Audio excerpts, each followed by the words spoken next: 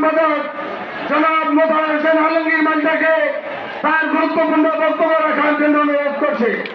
জনাব মোতাহার হোসেন আলমগীর মান্টাকে তার গুরুত্বপূর্ণ বক্তব্য রাখার জন্য অনুরোধ করেছি।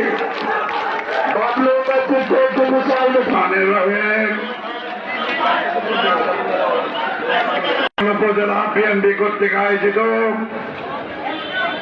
আজকের এই বিশাল জনসভার সম্মানিত সভাপতি উপজেলা বিএনপির সংগ্রামী সিনিয়র সহ সভাপতি সাবেক সফল পৌর মেয়র জনাব আলহাজ আমিনুল ইসলাম মিন্টু উপস্থিত আছেন সর্বশেষ উপজেলা বিএনপির সংগ্রামী নেতৃবৃন্দ, পৌরসভার সংগ্রামী নেতৃবৃন্দ, বিভিন্ন থানা থেকে আগত সংগ্রামী নেতৃবৃন্দ, সারা চরপেশনের দূর দূরান্ত থেকে যারা বারবার বাংলাদেশের মসনদে দেশনেত্রী বেগম খালেদা জিয়ার সরকারকে বসানোর জন্য দীর্ঘদিন অক্লান্ত পরিশ্রম করে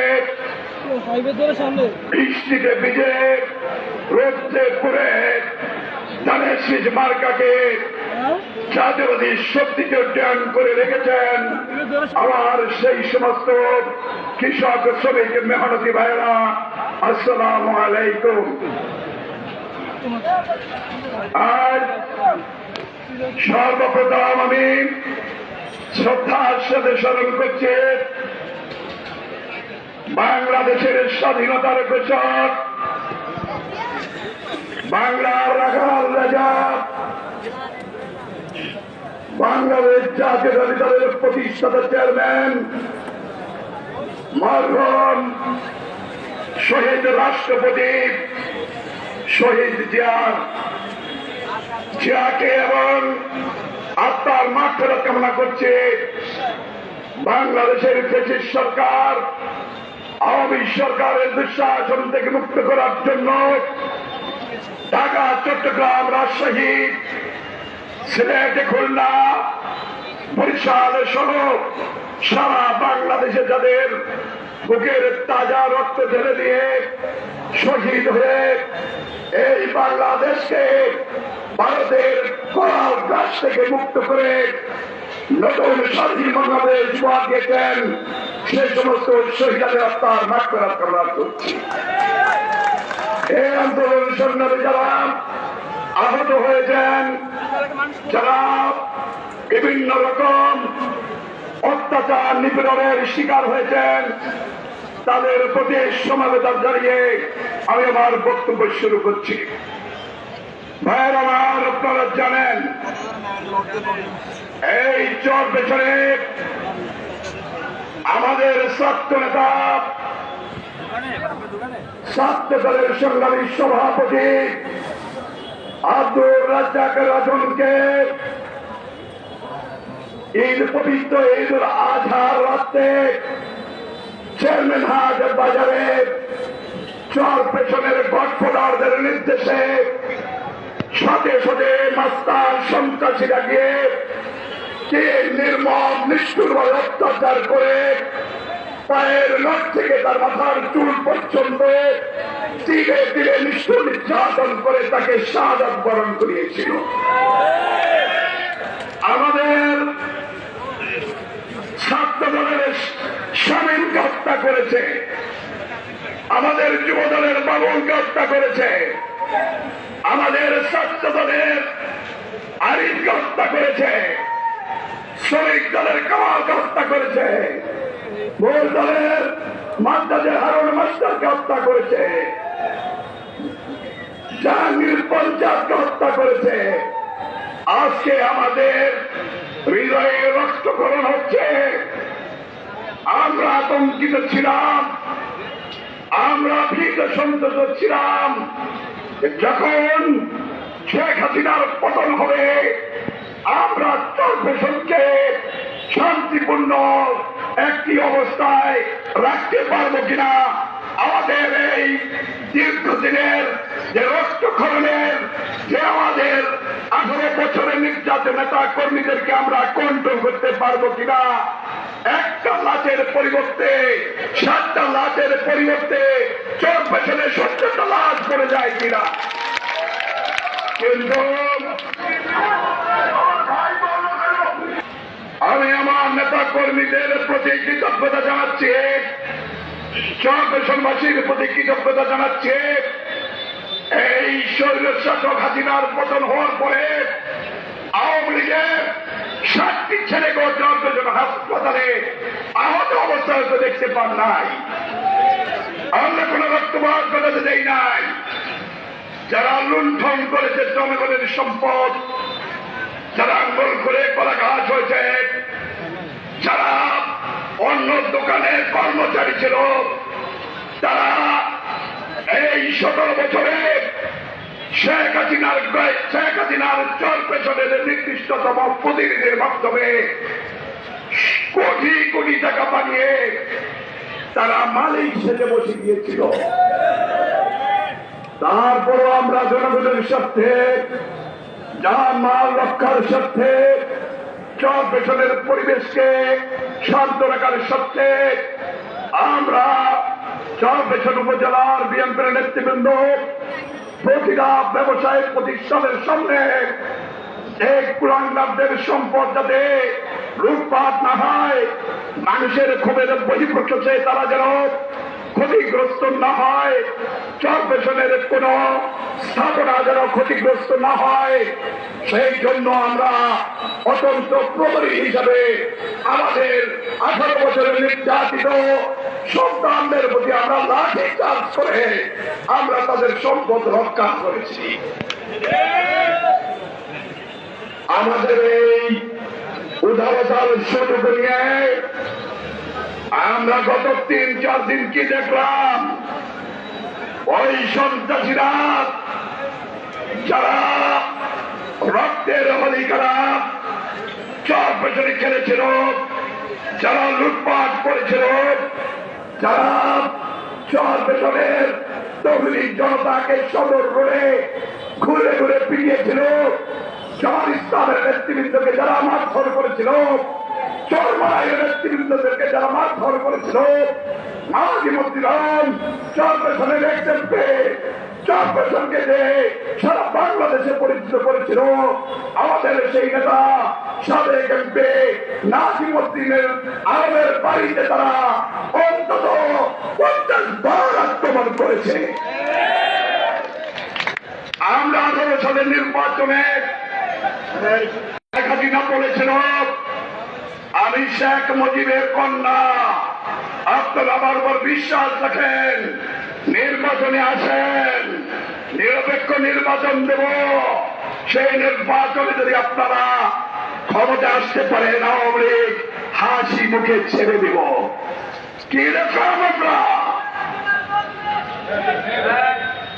আমরা নির্বাচনে এলাম, বাংলাদেশে সারা বাংলাদেশের অভিসংবাদের ছাত্র জনতার নেতা, 90-এর গণঅভ্যুত্থানের মহানায়ক নাজিমুদ্দিন আলমকে ওই তার বাসা থেকে 1 ঘন্টার জন্য বেরোতে দেওয়া হয় নাই, মোহর গুলি করেছে তার বাসার সামনে গিয়ে।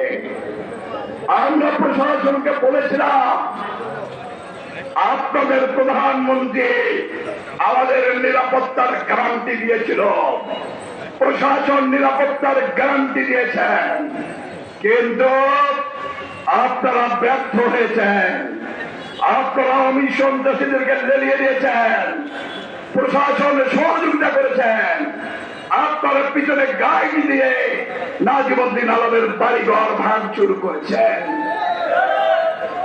আমরা এত কিছুর পরেও আমরা ধৈর্য ধারণ করেছি, চর পেছনের মানুষের স্বার্থে ধৈর্য ধারণ করেছি, চর পেছনের শান্তি শৃঙ্খলা রক্ষার স্বার্থে ধৈর্য ধরেছি, প্রশাসনকে কথা দিয়েছিলাম সে কথা রক্ষা করার স্বার্থে। আজ আমরা কি দেখতে পাচ্ছি, প্রতিটা স্বৈরশাসক ধর্মের সাথে যে বাংলাদেশের ফেরাউনের রাজত্ব কায়েম করেছিল, শেখ হাসিনাকে জনরোষে বাংলাদেশ থেকে পালিয়ে যাওয়ার জন্য এই দেশের ছাত্র সমাজ জনতা আমার ছেলেরা আন্দোলনের মাধ্যমে তার সেই ভারতে কি তাকে নিক্ষেপ করেছিল। তিনি ভারতে গিয়ে এখন ষড়যন্ত্র করছেন। তার গুন্ডা বাহিনীরা এখনো আনাচে কানাচে ওত পেতে আছে।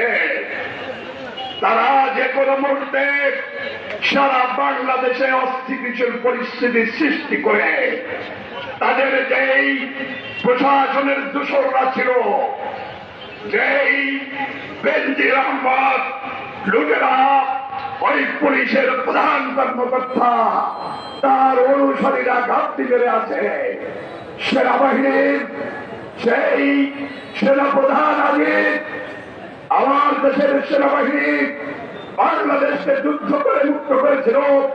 আমার দেশের সেনাবাহিনী সারা বিশ্বে শান্তির জন্য পুরস্কার পেয়েছিল। সেই সেনাবাহিনীর চরিত্র হরণ করার জন্য, সেই সেনাবাহিনীকে ধ্বংস করে দেওয়ার জন্য ওই জেনারেল আজিজ শেখ হাসিনার কুকর্মের প্রধান সেনা তাকে সমস্ত রকম লুটপাট করার সুযোগ দিয়ে দিল।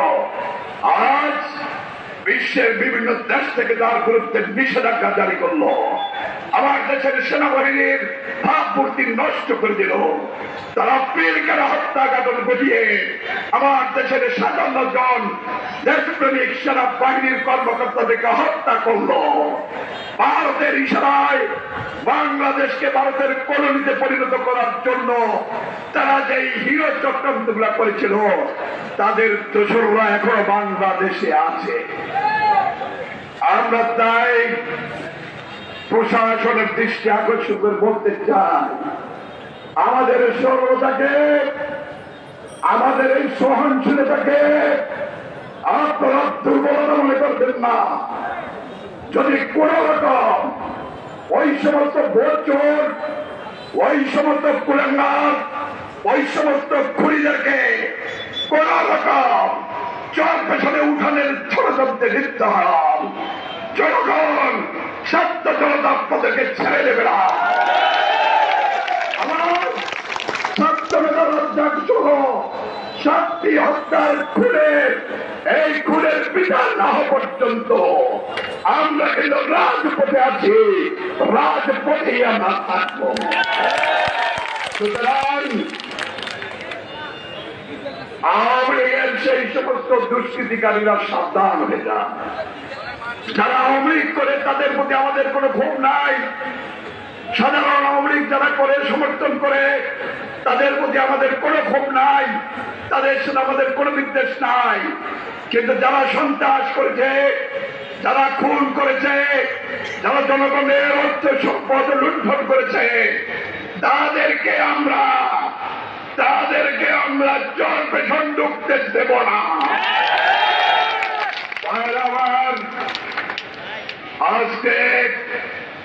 আজকে বিএনপির এই ছাত্র জনতার অভ্যুত্থানের ফসল যখন এই দেশের মানুষ বিএনপির ঘরে তুলে দেওয়ার চেষ্টা করছে, সেই সময়ে কিছু দুর্নীতিবাজ কর্মকর্তারা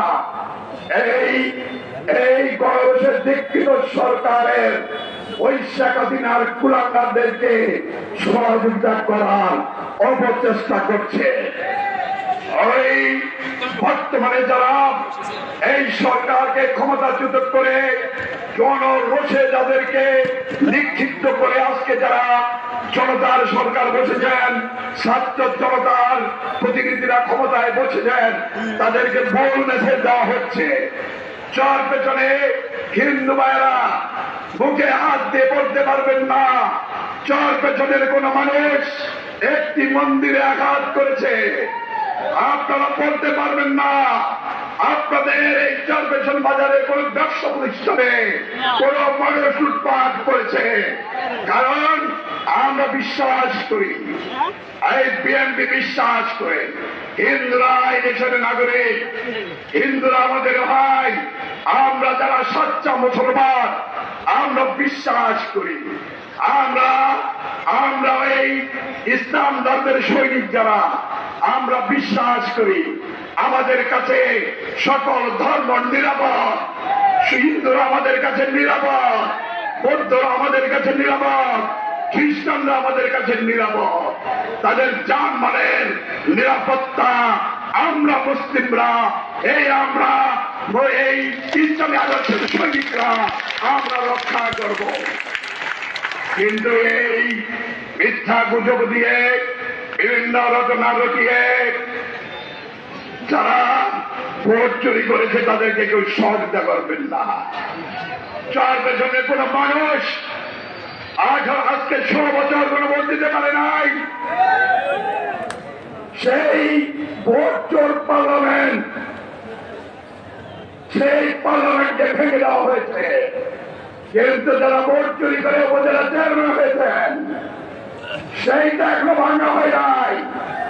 যারা ভোট চুরি করে পৌরসভা নির্বাচন করে আপনারা জোর করে ক্ষমতায় বসেছেন, সেই পৌরসভার ওই অবৈধ নির্বাচন এখনো বাতিল করা হয় না। ইউনিয়ন পরিষদের নির্বাচনে এসে জনগণ ভোট দিতে পারে না, সেই ইউনিয়ন পরিষদের সেই এখনো বাতিল ঘোষণা করা হয় নাই। আমরা দাবি করছি অনতিবিলম্বে এই চট্টগ্রাম সহ সারা বাংলাদেশে যত অবৈধ নির্বাচন হয়েছে সকল অবৈধ নির্বাচন বাতিল ঘোষণা করা হোক। যদি তা না করে ওই জনগণের ভোট লুণ্ঠনকারী মিছিলাতের সেই শেখ হাসিনার দোসরদেরকে কোনোভাবে কোন অবস্থাতে ন্যাকসুরতে ধোঁকা দিয়ে আমাদের মানুষকে কোন রকম ষড়যন্ত্র করার চেষ্টা করেন, সকল জায়গাটাই ঘেরাও করা হবে। আমরা জিয়ার সৈনিকরা যতদিন পর্যন্ত একটি সৈনিক বেঁচে রাখবে কোন অবস্থাতে সন্ত্রাসীদেরকে আমরা রেহাই দিব না। তবে আপনারা মনে রাখবেন, আমার এই কথাবার্তায় ভিন্ন দিকে দেবেন না। কেউ আমার অতি উৎসাহী হয়ে কোন দোকান করে আক্রমণ করবেন না, কোন স্থাপনায় আক্রমণ করবেন না, ওই অবৈধ সম্পদের উপর কেউ আক্রমণ করতে যাবেন না।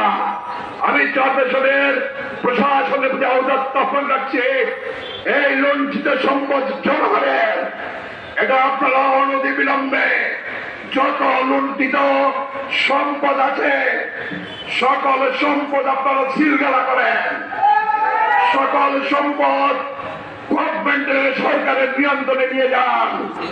আমরা আপনাদের পাশে থাকবো, ওই সম্পদের নিরাপত্তা আমরা দেব। কিন্তু কলা কৌশল করে সম্পদ রক্ষা স্থাপনা রক্ষার নামে যদি তাদের কোন অবৈধ মালামাল বিক্রি করে তাদের কাছে টাকা পৌঁছে দেওয়ার চেষ্টা করেন, চর পেছনের ছাত্র জনতা কিন্তু তা রুখে দিবে। আমার এই সরকারের আমলে কোন স্বৈরাচার এই চর পেছনের মানুষের চিন্তা করে নাই, সুতরাং আমরা তাদেরও শ্রীগণের চিন্তা করব না। সন্ত্রাসীদের আপনারা সকলে ধৈর্য ধারণ করে, বিশেষ করে চর পেছনের হিন্দু ভাইদেরকে আপনারা তাদের জানমালের নিরাপত্তার জন্য আপনারা সবসময় তৈরি থাকবেন। কারণ ষড়যন্ত্রকারীরা সুযোগ করছে কোন রকম আবশ্যিকতা সৃষ্টি করে সমস্ত দায়ভার বিএনপির কাছে চাপানোর চেষ্টা করবে। সুতরাং এই হিন্দুদের জানমালের রক্ষার দায়িত্ব চরপেছনের বিএনপি সহ অন্যান্য এই শেখ হাসিনা সরকারের আওয়ামী লীগ বিরোধী সকল দলের উপর কর্তব্য হয়ে দাঁড়িয়েছে। আমি আর বেশি কথা বলবো না। আপনারা দূর দূরান্ত থেকে স্বল্প সময়ের নোটিশে হাজির হয়ে আপনাদের জানান দিয়েছেন প্রশাসন, আপনারা বুঝতে পেরেছেন চরপেছনের সেন্টিমেন্ট। এই সেন্টিমেন্টের বাইরে গেলে পরিণতি কিন্তু ভালো হবে না। সুতরাং আমরা চাই অনতিবিলম্বে ওই সন্ত্রাসীরা যে যেখানে চলতে চলে আশ্রয় নিয়েছে, আপনারা প্রশাসনের মাধ্যমে তাদেরকে গ্রেপ্তার করেন, তাদেরকে গ্রেপ্তার করে তাদের শাস্তি জেলখানে পাঠিয়ে দেন। আমরা চাই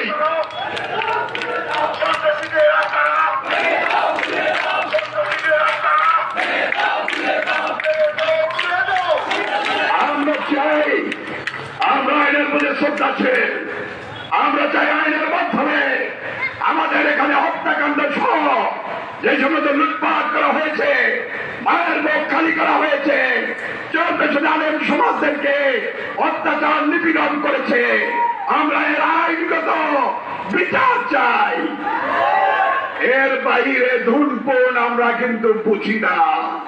সবাইকে এই অল্প সময় লুটছে, আজকে সকলকে সতর্ক করার জন্য যে আপনারা বিএনপির এই সমাবেশে যোগদান করেছেন, এই জন্য আমার ব্যক্তিগত পক্ষ থেকে, বিএনপির পক্ষ থেকে সকলকে রক্তিম শুভেচ্ছা সংগ্রামী অভিনন্দন জানিয়ে, এবং আমাদের নেত্রী, দেশ নেত্রী বেগম খালেদা জিয়া অতি সত্তর ইনশাল্লাহ নির্বাচনের মাধ্যমে আপনাদের রায় নিয়ে আবার বাংলাদেশের প্রধানমন্ত্রী হবেন, এই বিশ্বাস থেকে আমাদের তারুণ্যের অহংকার শহীদ প্রেসিডেন্ট জিয়াউর রহমানের উত্তরসূরি দেশ নেত্রী বেগম খালেদা জিয়ার সুযোগ্য পুত্র তারেক রহমান এত নির্যাতনের পরে, এত অত্যাচারের পরেও তাকে শেষ করে দিতে পারে নাই।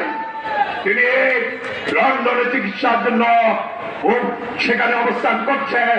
অচিরে ইনশাল্লাহ তারেক রহমানকে কোটি কোটি মানুষের সম্বর্ধনার মাধ্যমে বাংলাদেশে ফিরে এসে তাকে আমরা ফিরিয়ে আনবো, এই কথা বলে সকলকে রক্তিম শুভেচ্ছা জানিয়ে, সালাম জানিয়ে আমি আমার বক্তব্য শেষ করছি। আল্লাহ হাফেজ। বাংলাদেশ জিন্দাবাদ। আসসালামু আলাইকুম।